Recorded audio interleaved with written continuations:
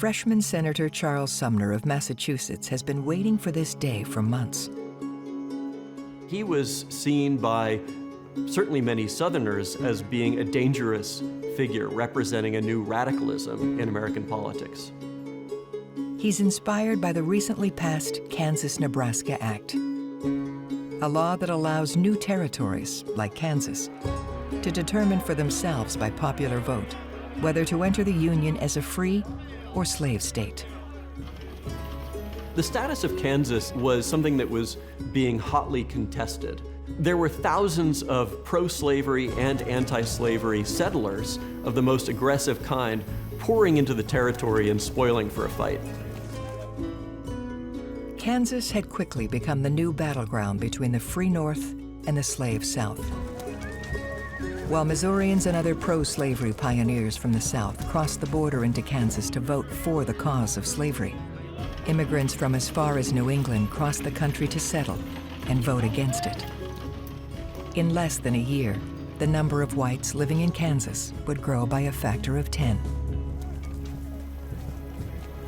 By the spring of 1856, slaveholders had taken control of the territory, but citing the vast numbers of Missourians who had crossed the border with Kansas to vote, fraudulently, abolitionists established a parallel government in Lawrence, Kansas.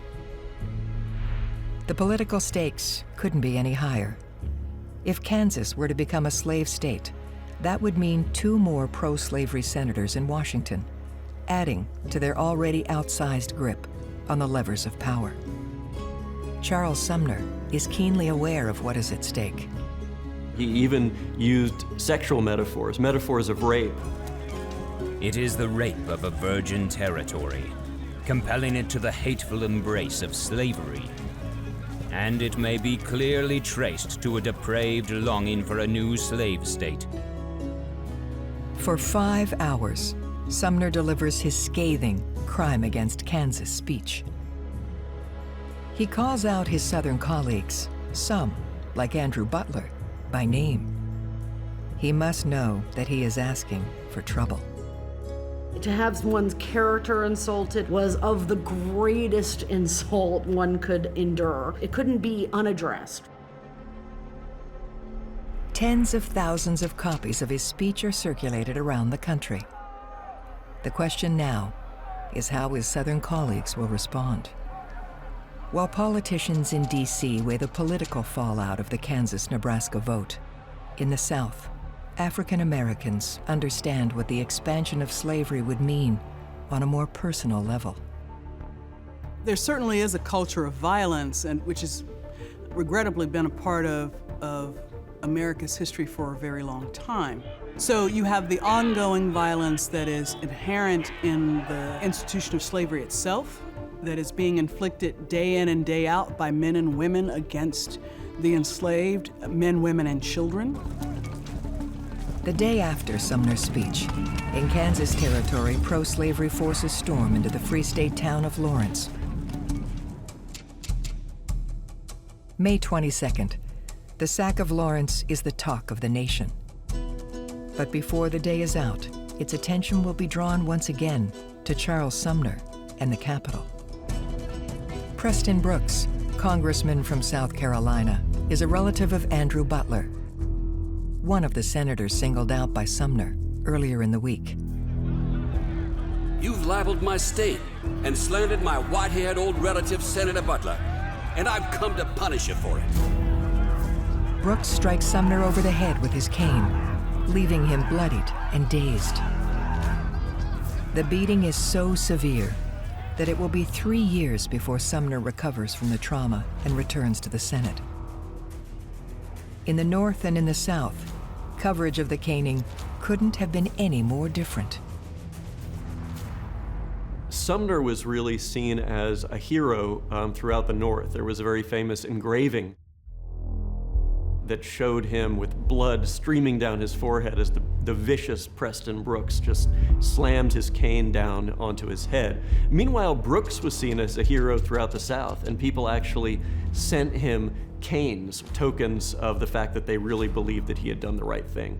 After Sumner's beating, a lot of people in the North feel trampled upon. Even in Congress, their senators are being attacked with almost no consequences. A free city attacked by pro-slavery vigilantes. A progressive senator assaulted inside the U.S. Capitol.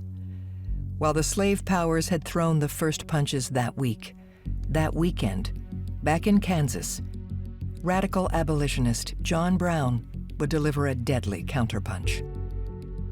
John Brown's sons had earlier traveled out to Kansas as part of this move to try to make it a free territory and a free state. And John Brown decided to pack things up and move out to Kansas with his sons and to lead them in this crusade. For Brown, his religious zeal around this issue of abolishing slavery once and for all and making America stand up for what she claims to be is visceral.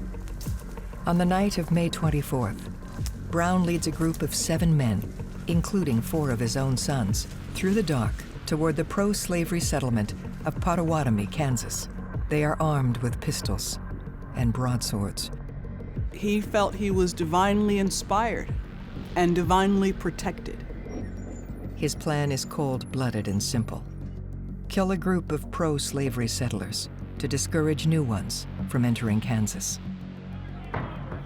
John Brown and his men one night knock on the doors of pro-slavery families.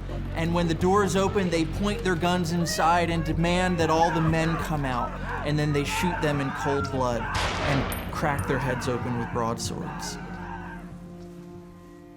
By the time dawn breaks on Sunday the 25th, Brown and his band have escaped the scene, and 5 men lie dead. The violence in Kansas represented a sort of organized slaughter that hadn't been seen before. This seemed like war. He was engaging in extreme violence against other white people on behalf of black people and on behalf of wanting to end this institution that had stood within our borders and within our shores for almost 250 years. The events of this week left a permanent mark on the Union and helped form the backdrop of the all-important presidential election of 1860. But in truth, this week wasn't the beginning of the fight against slavery. That fight had been burning, mostly out of view, for centuries. The problem with the way that we perceive abolitionists is that we often perceive them as being white people.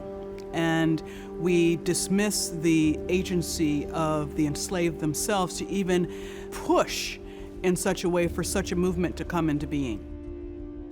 From the earliest periods of enslavement, people of African descent are seeking freedom in a variety of ways.